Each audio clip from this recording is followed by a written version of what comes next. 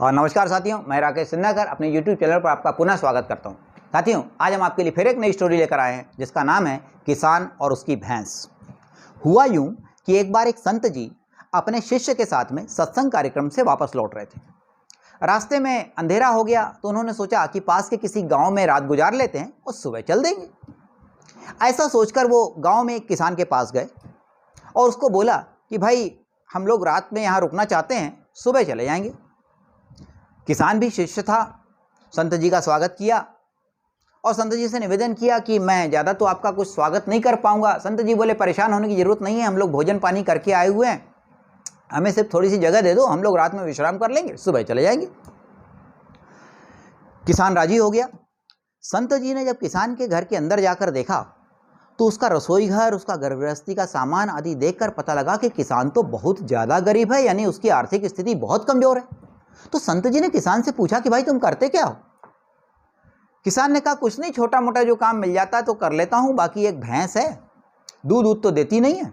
गांव के लोग सुबह उसको उठा के ले जाते हैं, इसके ऊपर मिट्टी इट्टी ढोने का काम करते हैं, शाम को आकर भैंस वापस कर जाते हैं, बदले में कुछ पैसे दे जाते हैं, इसी से मेरा गुजर बसर चल रहा है।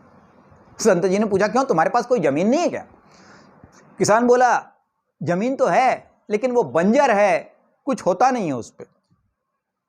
संत जी ने बोला, हमको ज़मीन को दिखाओ। किसान ने संत जी को ज़मीन दिखाई। संत जी ने पूछा, तुम्हें कैसे पता ये ज़मीन बंजर है? किसान बोला, भाई, गांव वालों सबका कहना यही है कि इस पे बंजर है, कुछ नहीं होता है, इसलिए मैं कुछ नहीं करता हूँ। संत जी मुस्कुराए, मानो मन ही मन सब समझ गए हों। रात्रि में विश्राम किया। सुबह हुई तो किसान के सो के उठने के पहले संत जी ने शिष्य को इशारा किया चलने का। शिष्य और संत जी दोनों चले गए और साथ में चलते चलते संत जी ने वो किसान की भैंस को भी साथ में ले गए। शिष्य को अच्छा नहीं लग रहा था और रास्ते में बार बार संत जी से एक ही पूछ रहा था, अरे संत जी, अपन क्या कर रहे हैं? जिस किसान ने रात में हमें रुकने के लिए आश्रय दिया, हम उसको बिना बताए जा रहे हैं, साथ में उसकी भैंस भी लेकर जा रहे हो, हमें कुछ जमा नहीं। संत जी ने इशारा किया, चिंता मत करो, मैं जो भी कर रहा हूं किसान के भले के लिए कर रहा हूं।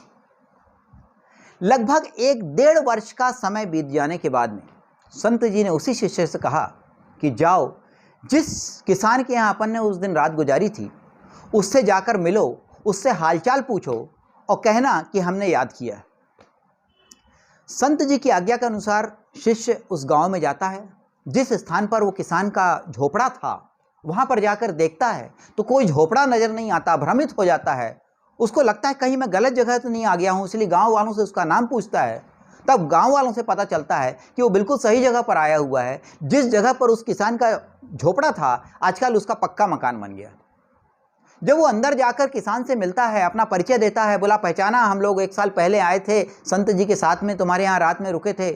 तब किसान को कुछ कुछ याद आता है, बोले, हाँ हाँ हाँ, आप लोग रुके थे, आप लोग उस दिन सुबह बिना बताए मेरे को चले आए थे और उसी दिन रात को मेरी भैंस भी चोरी हो गई।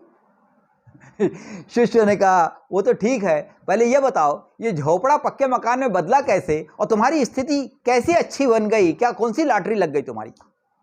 तब किसान बताता है कि मेरी कोई लॉटरी नहीं लगी, मेरा एक बचा कुचा सहारा भैंस थी, वो भी जब चोरी हो गई तो मैंने सोचा क्यों ना इस भूमि पर जिसको लोग बंजर कहते हैं, एक बार उस पर मेहनत करके देख लिया जाए, आखिर दूसरे के खेत में तो मजदूरी कर ही रहा हूं। जब मैंने उस पर काम करना शुरू किया तो पता लगा ये ज़मीन सामान्य ज़मीनों से कुछ ज़्यादा मेहनत मांग रही है। मैंने बहुत मेहनत किया, लोगों का सहारा लिया, उस ज़मीन पर खेती होने लगी। 1 साल में 3 फसलें काटी और उसी से जो मेरी कमाई हुई, उसी से मैंने इस झोपड़े को पक्के मकान में बना दिया और ये मेरी फसल लहला रही है। साथियों, उस किसान के यहाँ तो संत आए, उसकी भैंस ले गए और उसकी स्थिति बदल गई।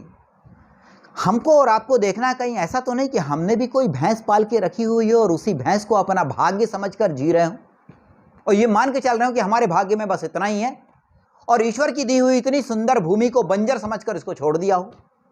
यदि आपने इस भूमि को छोड़ दिया है तो ध्यान रखिए, ईश्वर की दी हुई कोई भी भूमि बंजर नहीं होती। इस पर काम करना शुरू करिए, मेहनत करिए, अंदर की यात्रा शुरू कीजिए, चिंतन और मनन को अपने जीवन में स्थान दीजिए, आत्मविश्लेषण और आत्मनिरीक्षण को अपने जीवन का अंग बनाइए। इस भूमि पर जितना कार्य करेंगे आप खुद पाएंगे कि इस भूमि पर भी ऐश्वर्य और वैभव की फसलें लहलहा रही हैं और आपकी दरिद्रता संपन्नता में बदल जाएगी। साथियों, वीडियो अच्छा लगा हो तो लाइक और शेयर अवश्य करें। चैनल पर नए हो तो सब्सक्राइब अवश्य करें। अगली वीडियो में फिर एक नई कहानी के साथ उपस्थित होंगे। तब तक के लिए नमस्कार।